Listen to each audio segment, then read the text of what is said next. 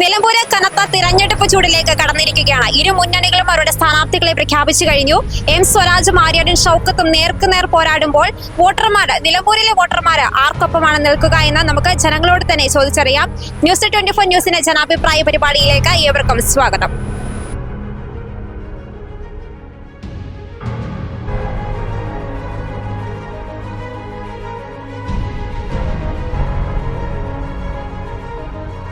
നിലമ്പൂര് ശക്തമായ മത്സരാർത്ഥികളാണല്ലോ വന്നിരിക്കുന്നത്. അപ്പം എങ്ങനെയാണ് വിലയിരുത്തുന്നത്? സാധ്യതകൾ എങ്ങനെയൊക്കെയാണ്?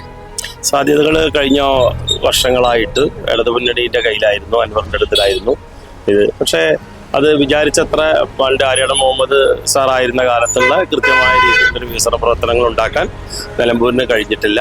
ഇതൊരു ചാൻസ് ആയിട്ടാണ്, സാധ്യതയായിട്ടാണ് ഞങ്ങൾ കാണുന്നത്. വൻപിച്ച ഭൂരിപക്ഷത്തിൽ ബാബുട്ടിയൊക്കെ ജയിക്കും എന്നുള്ള കാര്യത്തിൽ യാതൊരു തർക്കവും ആർക്കും വേണ്ട.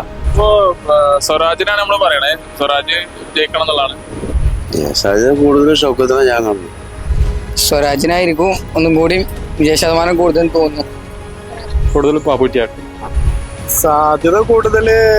ഇപ്പൊ നോക്കുകയാണെങ്കിൽ കോൺഗ്രസ് ആണ് കുറച്ചും കൂടി ബെറ്റർ ആയിട്ട് വന്നിട്ടുള്ളത്. സാധ്യത കൂടുതൽ UDF ആവാനാണ് സാധ്യത.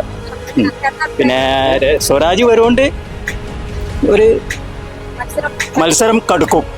സ്വരാജ് ശക്തിയാണ്, ഷൗക്കത്തും രണ്ടാളുമാണ് ഇപ്പോൾ ഉള്ളത് ശക്തിയുള്ളത്. സ്വരാജ് കാരണം എന്താ, അത്രയും നല്ലൊരു നേതാവ് ഇല്ല. സപ്പോർട്ട് ചെയ്യുന്നത് ഞാൻ UDF ആണ് ചെറുപ്പം തൊട്ടേ. അപ്പൊ ഞാനിപ്പോ എപ്പോഴും UDF. നമുക്ക് ബാബുട്ടിയാക്കല്ല, നിലമ്പൂർക്കാർക്ക് ആരണം ബാബുട്ടിയാക്കാൻ.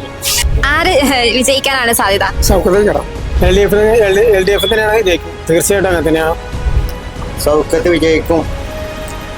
UDF സ്ഥാനാർത്ഥി വിജയ സാധ്യത ഇപ്പത്തെ ഒരു ഇത് കണ്ടിട്ട് ആര്യാടൻ ഷൗക്കത്തിനാണെന്നാണ് തോന്നുന്നത്. ഇപ്പോ നല്ല മത്സരം തന്നെയാണ് ഇവിടെ നടക്കുക. കൂടുതൽ നേരിയ മുൻതൂക്കം ഷൗക്കത്തിനാണ്.